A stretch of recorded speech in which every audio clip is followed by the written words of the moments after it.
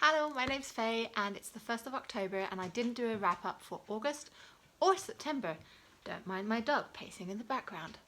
Let's wait for that. Bunny, behind.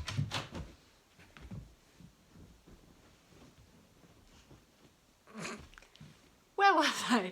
Today's the 1st of October and I'm going to wrap up the last 2 months of my reading. I've moved. I'm in a new flat.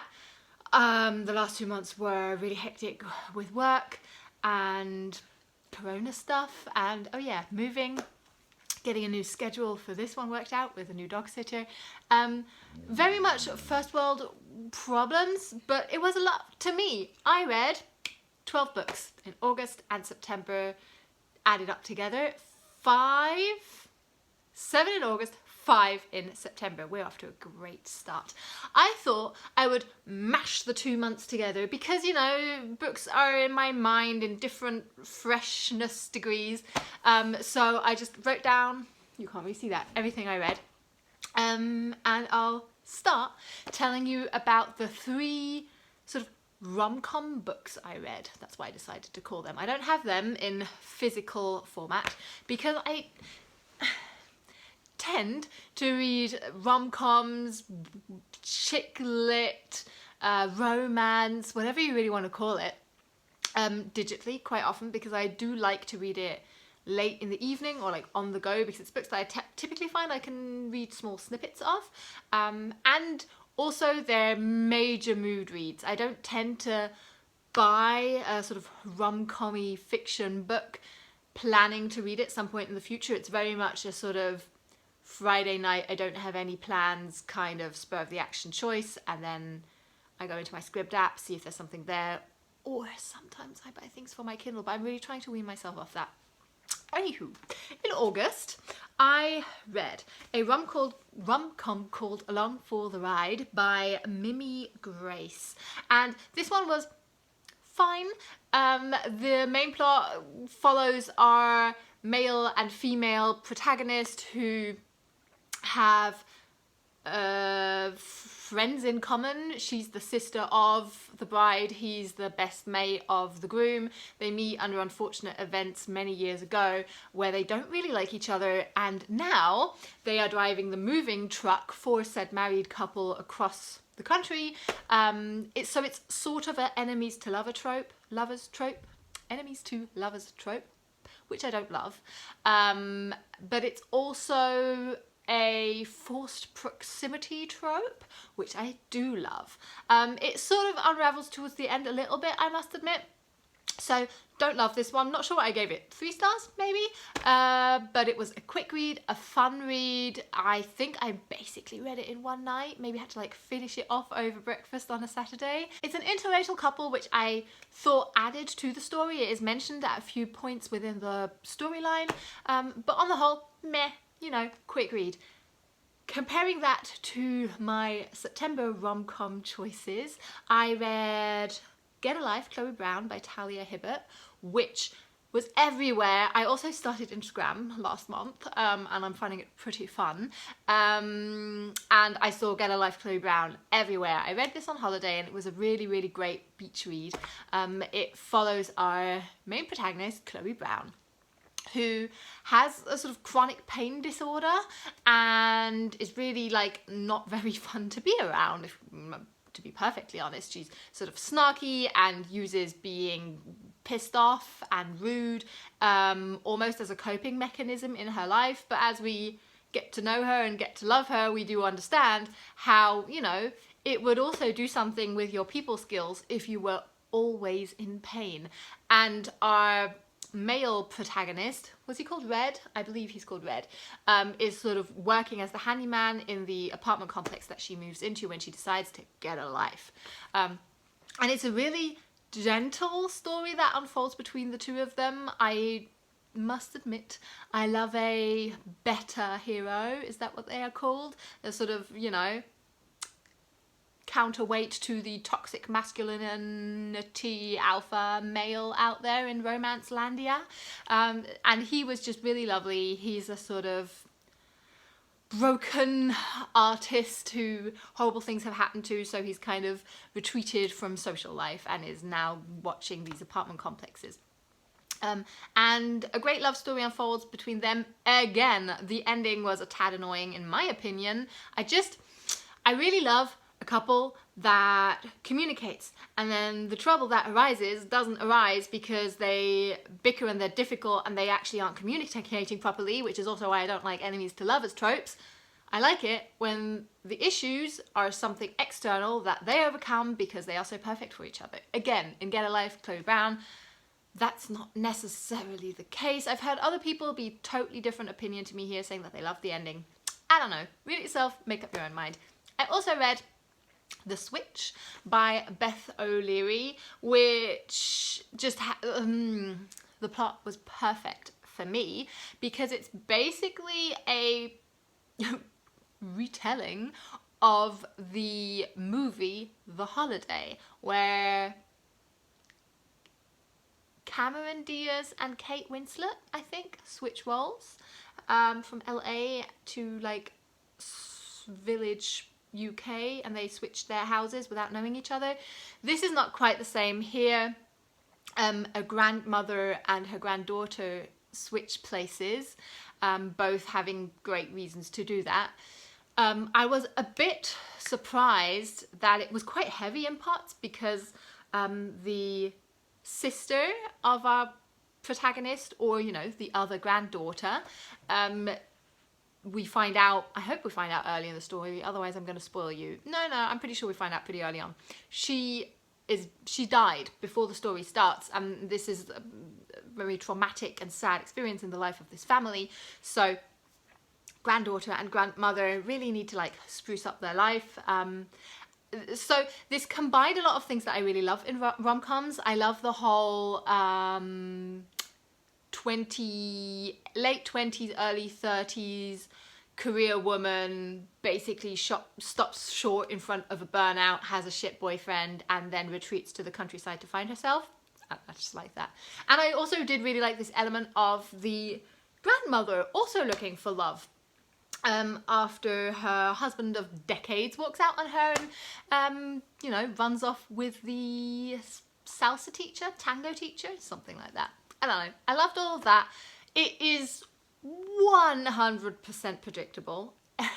Everything about this is predictable, but it does have a few lovely side characters. I think this, out of all the three that I've mentioned, would actually make the best rom-com movie. And hell with it. I enjoyed it. I also have a rather weird genre of the fantasy melting into short story selection. I read a fantasy book in August called Die Stadt der träumenden Bücher by Walter Mörs. This I had been reading for many, many months. It was a Christmas gift and I finished it in August, so yay me. I don't read a lot of German books. This is the only German book I read in August, even though German is my first language. But what can I say about Die Stadt der träumenden Bücher? Walter Mörs is very much like a big name in modern German fiction. This is the fantasy book following his small like dinosaur creature who wants to be a poet, and he travels to the city of books and goes on a wacky adventure. The pages are illustrated. Bad example, illustration here. And it's all in a very sort of recognizable style. Many of his other books are illustrated as well. And that was really fun. Not something I typically read. It is my boyfriend's favorite book, and that's why he gifted it to me. And that's also why I got a bit stubborn about wanting to finish it.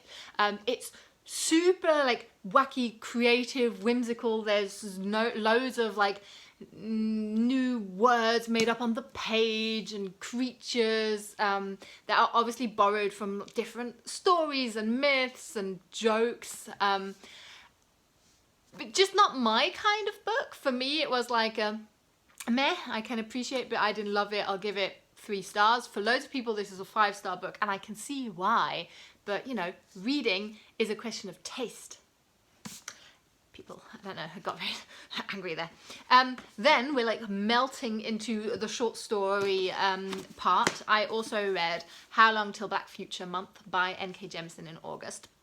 This again, I thought I would love because I read the first in the Broken Earth trilogy by N.K. Jemisin and loved it. Don't know why I haven't continued. This is a short story collection of hers with fantasy and sci-fi short stories mixed in there. I'm glad I finally finished it because this one was one that I was dragging from readathon to readathon, claiming that I would read it, and I just never did.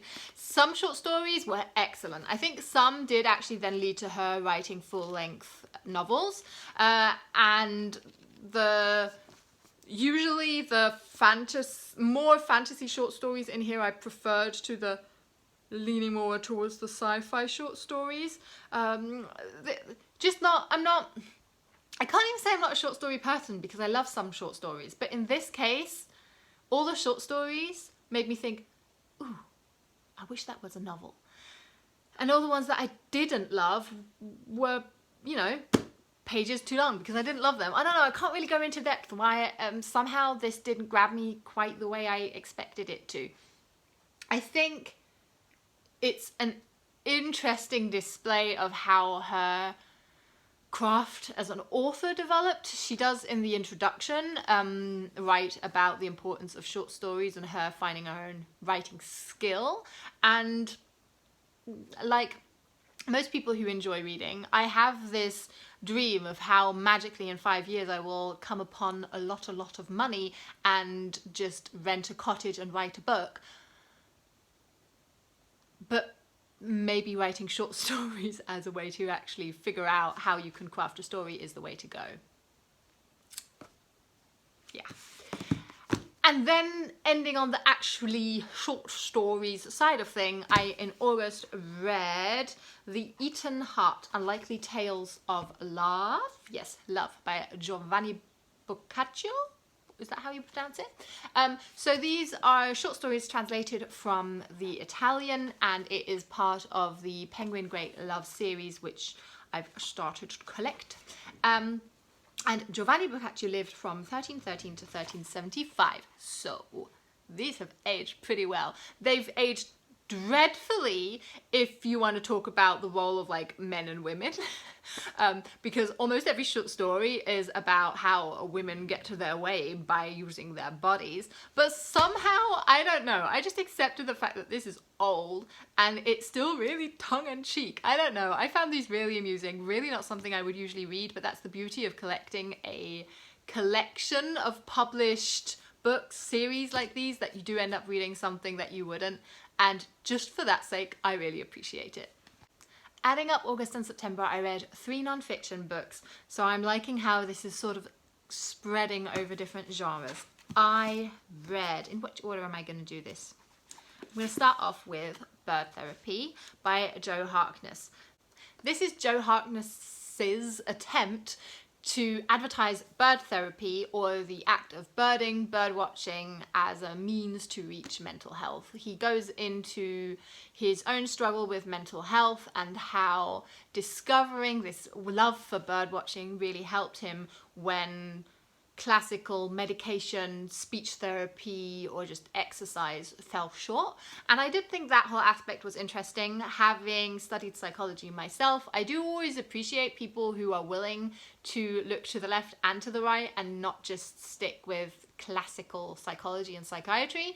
But I didn't expect this to be so much a sort of hands-on, like almost like workbook. At the end of every chapter, he summarizes practical tips about how to implement his idea of bird therapy, and I was expecting to get more of a sort of nature writing insight into how interconnected our inner life is with the outside world. Also because the way how this is made up, illustrated with like a beautiful drawing of some kind of bird at the beginning of every chapter, I just thought this would be a more literary experience, and it wasn't. So I didn't quite get what I wanted, but I appreciate what it's trying to do.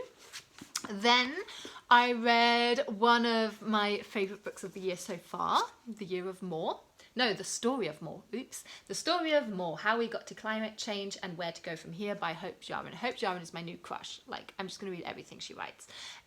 This is essentially about the climate crisis and what we can still do and what we will not be able to achieve if we don't significantly change our attitude to the amount of more we want in our lives. And I just thought this was such an excellent book. It's divided into different parts on life, food, energy, earth, and then there's an appendix because she's a proper scientist and she quotes her sources. This is just so good, but she also writes so well. So even if this isn't necessarily the type of content that's going to grab your attention, you really can't go wrong with Hope Jahren. This was the second book of hers I read, Lab Girl. I read a few months prior to this, which is more about her own path through academia as an academic, as a biologist, and just everything she touches might just turn into gold. And then the third nonfiction book I read, and the only German book that I read in September, is Trennt euch by Thomas Meyer. So Trennt euch translates to split up. And this is his essays on why he believes that there are too many books out there advising people to patch up their relationships, work on relationships, while he essentially thinks so many couples stay together who shouldn't stay together. If there's a problem in your relationship, there's a reason there's a problem in your relationship. Difficult. Just life's too short. Break up. So I don't subscribe to that line of thought, but it was an interesting counterweight to all the, in my opinion, also faulty advice to always save your relationship. And because in my work life, I do deal with relationships and quite often saving relationships, I do want to make sure that I don't weigh too heavily on that subjective line. I do think there are just sort of scientific criteria that we can use to look at relationships and happiness, essentially. He doesn't go into science at all. He doesn't go into numbers at all. This is just 130 pages of him going, I think you should break up. This is why I think you should. But yeah, if you enjoy that kind of thing and want something not sweet and sugary and in support of love, why not pick up this? Also, if you are not a terribly advanced reader of the German language, this would be a good one because really often the chapters are just sort of 3-4 pages, which will make it easier for you to fly through it. I've saved my 3 literary fiction books for last because I think I liked them the most. In August, I read Normal People by Sally Rooney. Yes, everyone's read this and now I finally read it. I also read it in something like 2 or 3 days, even though it was sort of a full work week. I flew through this and in the end I'm not actually sure whether I liked it. So this is about Connell and Marianne, who grow up coming from very different families and backgrounds, but somehow keep on being drawn to each other through high school and then college. And whilst Marianne in high school is a bit of a weirdo who Connell feels almost bad about being attracted to, that sort of flips around in university where she is a sort of artsy intellectual who everyone wants to hang out with. And it's about their relationship and how it develops over those few years.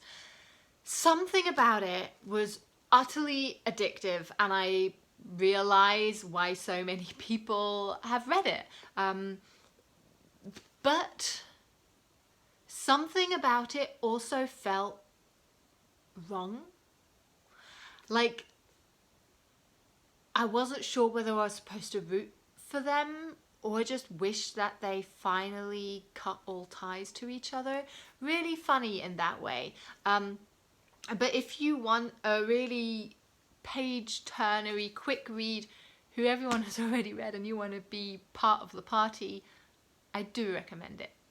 Then I buddy read Queenie by Candice Carty-Williams with Monica, a friend of mine, on Bookstagram, which was so much fun.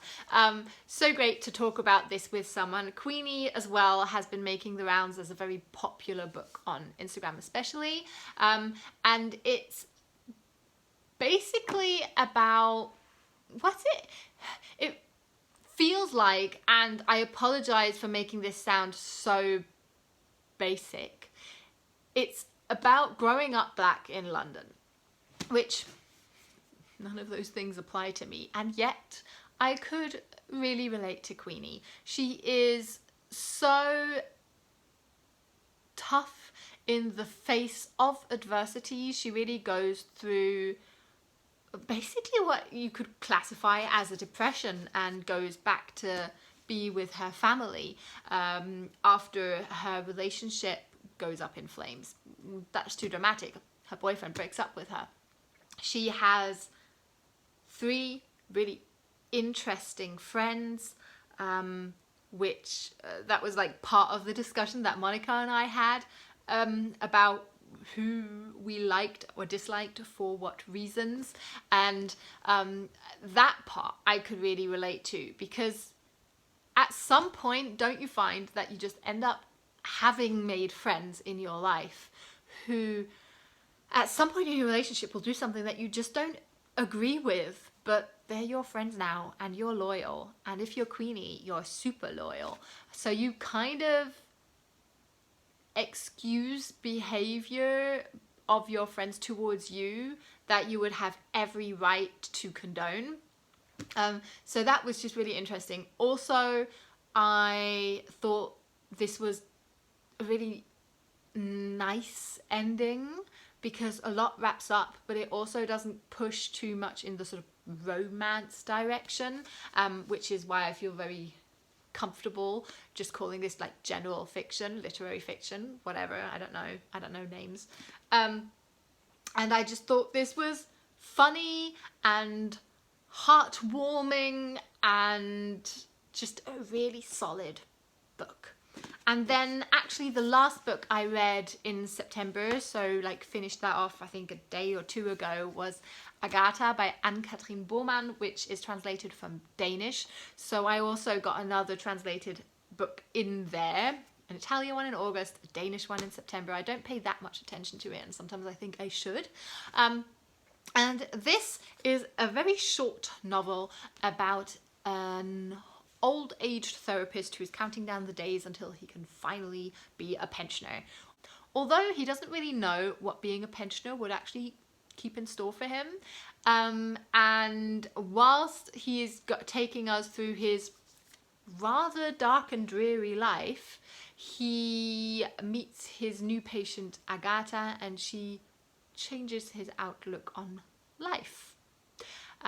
This reminded me a lot of A Man Called Ove, for instance, by Frederick Backman, because we also have this not really likable character who's just a bit rough around the edges, and you can see how joy has been sort of sapped out of his life, but then through all these other side characters he warms to us again. And that's also my only critique of this book. A Man Called Ove is a, I don't know, 300 something page book, and this is 130, and it could have done with more, if you ask me. We don't really get to see some of the characters that are just sort of hinted towards in this book, and I would have loved to have gotten to know them better. So, only sort of bittersweet notion about this book, and this is this is telling me that I bought too many books. So those were the 12 books that I read in August and September. I'm going to try hard to get back onto the reading wrap-ups a bit more. In October I have to finish the 4, 5, 6 books that I currently have on the go. And I also want to take part in Fortnite Frights, although spooky books are not really my jam, I'm gonna say. So I'm gonna try to find creative ways of finding spooky books that I am really, really interested in. Hope you had a great reading time. Give me like one book recommendation that is scary, and I'll talk to you very, very soon. Bye!